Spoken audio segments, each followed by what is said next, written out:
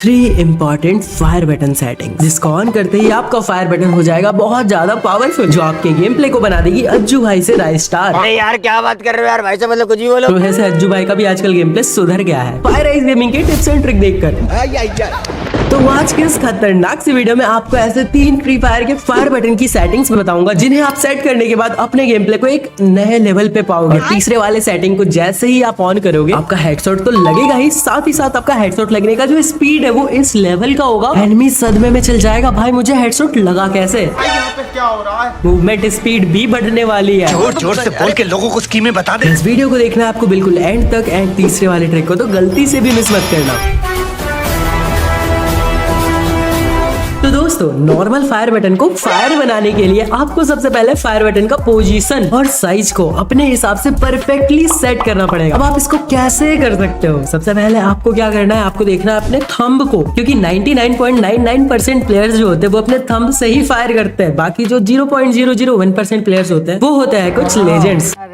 चलो मैं आपको हैंड कैम करके दिखा देता हूँ। अब इस थंब को अपने फायर बटन के ऊपर रखना है और देखना है कि आपका फायर बटन कहीं से भी दिखना नहीं चाहिए। अपने थंब के बराबर अपने फायर बटन को रख लेना, इसका मतलब आपका फायर बटन का साइज परफेक्ट है। इससे होता क्या है, अगर आप बहुत ज्यादा बड़ा रखोगे तो आपको मैं अभी पूरा का पूरा कस्टम एचयूडी समझाता हूँ। ये जो कॉर्सेयर है, ये जो एम है, इसके जो लेफ्ट साइड है, कहीं भी क्लिक करोगे, कहीं भी टैप करोगे तो आप अपने जॉयस्टिक को पकड़ लोगे। यहाँ से आप अपने स्क्रीन को रोटेट नहीं कर सकते। अब आपको अपने स्क्रीन को रोटेट करने के लिए बस इस राइट साइड वाले पोर्शन का यूज करना पड़ता है। बट इस राइट साइड में आपको ये गन वाला बॉक्स भी रखना है, आपको जंप करना है, आपको सिट करना है, आपको सोना है, आपको कैरेक्टर का यूज करना है, साथ ही साथ फायर बटन, इतने सारे चीजों को आपको एक साथ लेके इस राइट साइड में चलना पड़ता है। उसके साथ आपको फ्री स्पेस चाहिए जहां पे आप अपने थंब से ऐसे ऐसे स्क्रीन को रोटेट कर पाओ। तो यहाँ पे अगर आप अपने फायर बटन को बहुत ज्यादा बड़ा रख लोगे तो आपको स्पेस ही नहीं मिलेगा। आप रोटेट कैसे करोगे, आप मूवमेंट कैसे करोगे? इसलिए आपको बड़ा नहीं रखना। अब बात करते हैं आपको छोटा क्यों नहीं रखना। अगर आप छोटा रखोगे अपने फायर बटन के साइज को तो आपका गेम प्ले पे फोकस रहता है। जब आप गेम खेलोगे ऐसे में तो आप नॉर्मल जब अपने फायर बटन को सेट करने आए हो तो आप अपने फायर बटन को देख के मारोगे, पर जब आप गेम खेलोगे ना तब आप अपने फायर बटन को नहीं देख कर मारोगे। आप ऐसे बस अपने गेम पे फोकस रहेगा, आपका थंब ऑटोमेटिक आपके फायर बटन पे जाएगा और ऑटोमेटिक वो फायर करेगा बिना देखे।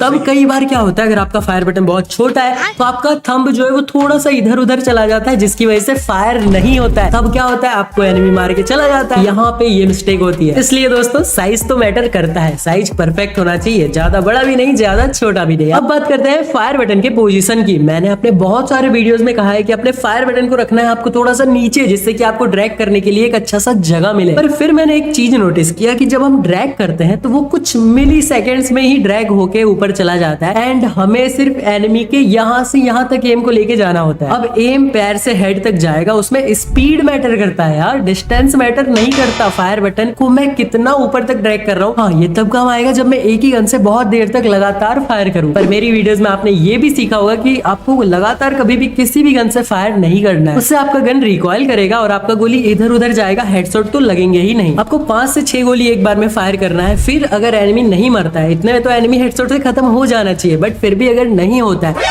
तो आपको थोड़ा सा ब्रेक लेना है, या तो आप वॉल लगा दो या फिर आप एक बार सेटअप करो या फिर थोड़ा जंप कर लो, कुछ भी कर लो, बट 5-6 गोली के बाद आपको एक ब्रेक लेना है। यूएमपी और एके ऐसे गनों में तो बिल्कुल एकदम याद से यही करना है, समझ रहे हो? बैक टू द पॉइंट, हमें यहाँ पे अपने फायर बटन को रखना कहाँ है। मैंने बहुत ज्यादा दिमाग लगाया, बहुत ज्यादा रिसर्च किया और फिर ये चीज समझा कि हमारा जो डिफॉल्ट फायर बटन का पोजीशन होता है वो भी कुछ खराब नहीं होता, क्योंकि आपको स्पेस प्रॉपर मिल ही जाता है। एंड आप कभी भी ऐसे फोन को होल्ड करोगे तो आपका जो थंब है वो इसी जगह पे नेचुरली आएगा। आप अपने फोन को ऐसे होल्ड करो और आपका थंब देखो कहाँ पे जा रहा है, यहाँ से आपको अब ड्रैग करना है। तो इस चीज को दिमाग में रखते हुए फायर बटन के पोजीशन को खुद से सेट करो। क्या बात है, क्या बात है। अब हमने इसका साइज भी सेट कर लिया और परफेक्टली इसका पोजीशन भी सेट कर लिया अपने हिसाब से। अब बहुत सारे प्लेयर्स एक मिस्टेक करते हैं, वो अपने फायर बटन को हाइड कर देते हैं, मतलब उसका ऑपेसिटी को बिल्कुल कम कर देते हैं, जिससे कि आप फायर करते टाइम आपका हाथ वहां पे नहीं जाता, इधर उधर चला जाता, आपको फायर बटन दिखाई नहीं देता। कहाँ है देखिए। कभी भी अपने फायर बटन के साइज को 50-60 से कम ही नहीं करना चाहिए, उससे ज्यादा ही रखना चाहिए, क्योंकि हमारा माइंड ऐसे वर्क करता है, वो चीज दिखाई देगा तो फास्ट हमारा हाथ, हमारा जो थंब है वो फास्टली उस चीज पे जाएगा। अगर वो दिखाई नहीं देगा, हमें ऐसे अंधा मारेंगे, कई बार उस पे टैप नहीं होगा, इधर उधर हो जाएगा, बिल्कुल ही फास्ट उस चीज पे नहीं जाएगा। हमारा माइंड ऐसे ही वर्क करता है यार, जो चीज दिखाई देता है उस पे हमारा मूवमेंट फास्ट होता है। आप इस चीज को एक बार ट्राई करके देखना, एक बार बिल्कुल ऑपोजिट 0 करके देखना और एक बार 100 पे करके देखना, आपको बहुत ज्यादा डिफरेंस पता चलेगा। बाकी एक चीज मैंने यूट्यूब पे कहीं पे तो देखा था कि ये जो लेफ्ट फायर बटन है ना, इसको ला के फायर बटन के ऊपर रख देना होता है और उसके बाद इसको पकड़ के फायर करना होता है, ड्रैग करना होता है, तो बहुत अच्छे से ड्रैग होता है। पर इस चीज को मैंने ट्राई किया अपने फोन में तो मुझे कोई भी डिफरेंस का अनुभव नहीं हुआ। आप चाहो तो आप इस चीज को ट्राई कर सकते हो और मुझे कमेंट में बताने क्या ये चीज वर्क कर रही है, क्या इससे ज्यादा हेडशॉट लग रहे हैं या फिर क्या हो रहा है इस चीज से। बाकी इस फायर बटन का काम होता है एनिमी को हेडशॉट मारना और कोई काम नहीं होता, क्योंकि आप एनिमी को 10 बॉडी शॉट मारोगे 20-20 का, तब जाके वो डाउन होगा। वहीं पे अगर आप एनिमी को 2 हेडशॉट मार दोगे तो वो खत्म हो जाएगा। बात तो सही है। और हेडशॉट मारने के लिए आपको ऑलवेज करना रहता है ड्रैग, और ड्रैग करने के लिए काम करता है हमारा सेंसिटिविटी। अगर आपका सेंसिटिविटी परफेक्टली सेट है तो आप इजीली एनिमीज को हेडशॉट मार पाओगे। फायर बटन का रोल तो रहता ही है 90%, पर सेंसिटिविटी भी इसमें वर्क करती है और उसका भी रोल रहता है 90%। टोटल हो गया 180% भाई। मैं तो यही कहूंगा कि आप जितना ज्यादा हो सके अपने सेंसिटिविटी को रखो।